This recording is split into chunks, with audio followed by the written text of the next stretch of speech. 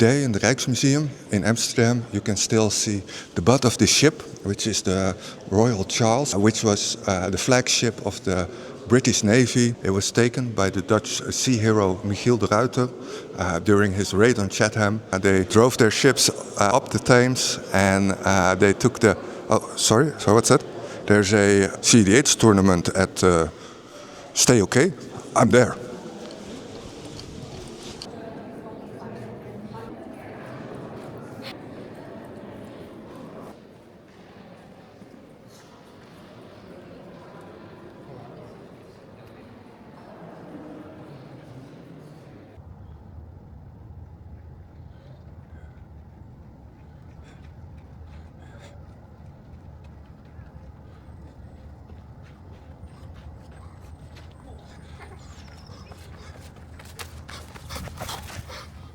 Let's go! So in the first round I have a bye, so all the running was for nothing. This is a combination of can you like it? So it has two pieces.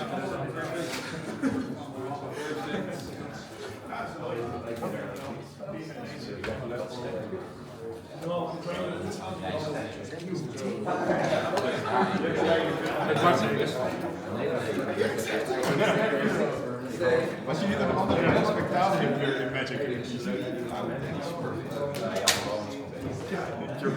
Did you know you're the only one who has a double deck in this tournament? All the other decks only have one copy. Oh, really? So. And you're matched on table one immediately, of course. Yeah, of course. It was a very weird, chaotic, grindy game. I started off really good. Was seed 1. Was able to cast my Gimli on turn 1. Going into turn 2, everybody played a little bit, but I was able to get my Magda and a Tangle Wire into play. So pretty much locking out everybody else. But unfortunately, the Quickening player managed to steal my Magda with a Gilded Drake. So the other Magda player, he got to cast a Knowledge Pool, I guess in turn 4 or something like that. Meaning that nobody's going to cast the spells they want to cast anymore. A huge stack evolved. There were Mind's Desire in there. For 13, I believe. For 13. There was a Brain Freeze in there with 11 Storm. There was a Grape Shot in there with 12 Storm. It was really chaotic. And this all happened on the turn of the Quickening, not on the Kark Thrasios player who was casting all that stuff. So we went in overtime and it was a draw before the turn was over. So I'm here with Sytse, which is the Dutch community's most creative deck builder, who also got top 16 in Munchen with Mono White Oswald, and you're now on 2 wins, unfortunately for me. And what are you playing today? Yeah, the funny thing is I actually want to play Oswald today, but at the last minute I decided this is also cute, so I swapped my deck. If you draw a lot, she gets bigger, more counters, you can do big artifacts into play. Commander is also 1 mana cost, so this is actually quite unique, I would say, in the cEDH realm of things. You told me earlier that this was the best, the One Ring deck, and why would you say this? Well, the nice thing is that the One Ring is of course very good with a lot of untappers. And this deck also has a lot of untappers. Not so much to actually untap the commander, which is also a possibility. This is more the Jorah style, just because it's really good with One Ring, and you also play a lot of big artifacts with mana abilities. So they're just generally good, so you can create mana with them. You can untap your big rocks. Eventually, you can get to big artifacts. Some might know Chromatic Ori. It can make like 5 mana, right? It can also draw a bit. But you also have, well, maybe for those I'll show you on camera. This is one of the gems in this deck. It's quite off meta, but it can untap artifacts as long as you have infinite mana. So, for example, with the Chromatic Ori, you can make 5 mana, untap it, make 5 mana, and do it this way. And then, when you have eventually infinite mana, you can again use the same card to infinitely untap something else. Yeah, like the Staff of Nin. Like this amazing card. This card is that card has dominated the first 4 years of me playing Commander. It was quite exciting because we had a lot of bit of turbo on the table, but also some hard to interact decks. And then the final deck was actually something that's quite good at winning when the game goes on. Yep. So I was like, okay, that's a bit of a hard combination. And what happened is that I had a Mystic Remora in play, which is turn one. Turn 1 Mystic. So I played the Mystic together with the Mox Amber and the Commander in play. So I had mana reserve, which is always really good with the Mystic. You can keep it alive. So this is basically how I started the game. Just drawing, make sure I could do nice things with the Commander. Sitting in 4th seat, I am playing as Magda in 1st seat, then Ashling in 2nd, and Ral in 3rd, so I already don't really like my chances. I'm playing Blue Farm, so I see first 7 has a land and a fish, and no second land, nothing else, but it's kind of like, yeah, this is just what I need, so I keep land fish, play the fish turn 1. I think I draw about 10 cards in the first 2 turn cycles, then at some point Ral attempts for a win, gives me 10 more cards. I draw into Force of Will, Force of Negation, and Mindbreak Trap, so I'm super safe. Ral push just gives me a huge amount of cards. I get to stop the Ral. Really insane push by Ral turn 3 by you.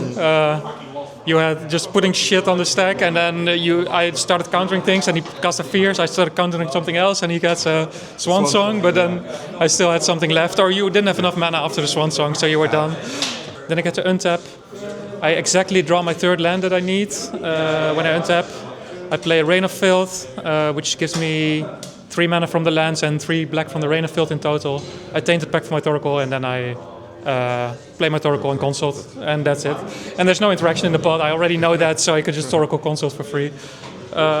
So yeah, keep a fish against 2 storm decks. That's the way to win. I started with a turn 1 gamble, getting an Underworld Breach to my hand already. I had the Atnas potential on turn 2, which got stopped. After which, on turn 3, I got to play Underworld Breach, Lion's Eye Diamond, and Wheel of Fortune for the win. And between those turns, he also countered my my Tide Twister. Yeah. Have you been playing the deck for long? It's my first time. Your first time? It's my very first time playing this deck ever, and I am quite familiar with the lines that you need to take. It's not that complicated, I think. Coming from a mostly legacy background of playing a lot of Storm and combo decks, you can see a lot of the lines and overlaps in that sense. And I'm just very happy to be able to play Wheel of Fortune and Underworld Breach here today. Exactly. This is not my first deck. I used to play a long time ago, actually, before a long pause. I used to play a lot of Kess bonus round Storm, and Blood Pod was always my favorite deck of Tana Timna, but that's 7-8 years ago or so that I was playing that. And I moved countries, and they didn't play Commander there, so yeah, focused everything on Legacy. But now we're back.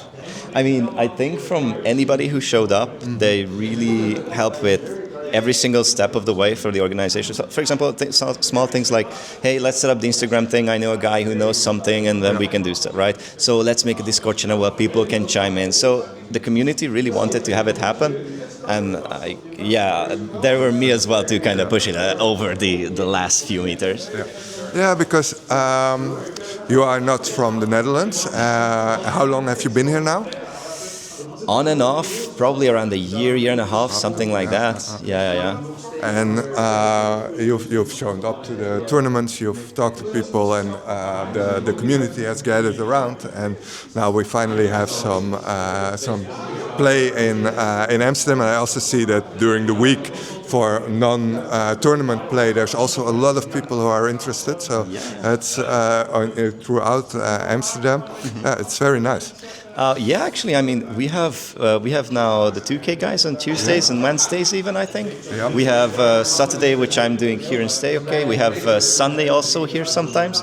So also the cEDH scene is growing, but I've seen a lot of just casual Commander folks, dipping their toes in and like, hey, how do I win turn 2 actually? So yeah, it's growing really fast. So if you are watching this and you are in the Amsterdam area and you want to play some cEDH, you want to try out some cEDH, so let us know in the comments. Leave a like, subscribe as well, and then we'll get you into the groups. So from February onwards, I think February and March both, we managed to win the rights to give out tickets for the Europeans. So it's going to be real sweaty, it's going to be real fun. We're going to probably have a lot more players. I'm expecting to run the whole place. And get your tickets and get in here, guys. Watch you battle for a good 2 hours, and you're the last one standing. Yeah, it was. It was a nice battle. It wasn't over immediately. We did 2 restarts this time. So, but the third one, finally we could end it, but it was still quite tight, I would say. Yeah. There was a lot of back and forth. There was a lot of cards drawn, and it was still exciting till the end, I think. Yes. Normally I don't play mid-range pots, but this time it was definitely mid-range.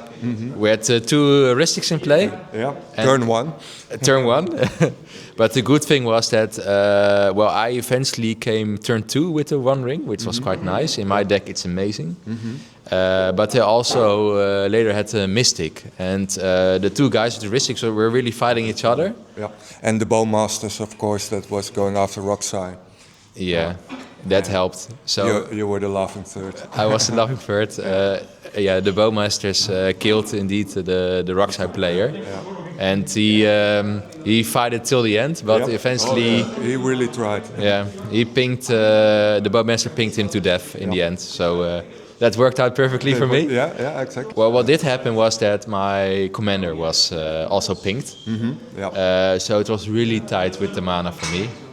But this Displacing Kitten can be your hero in these hours. Congratulations on your win. Yeah. Do you have any last words for the viewers at home? Yes, sure. Always go for off-meta. This is the most fun.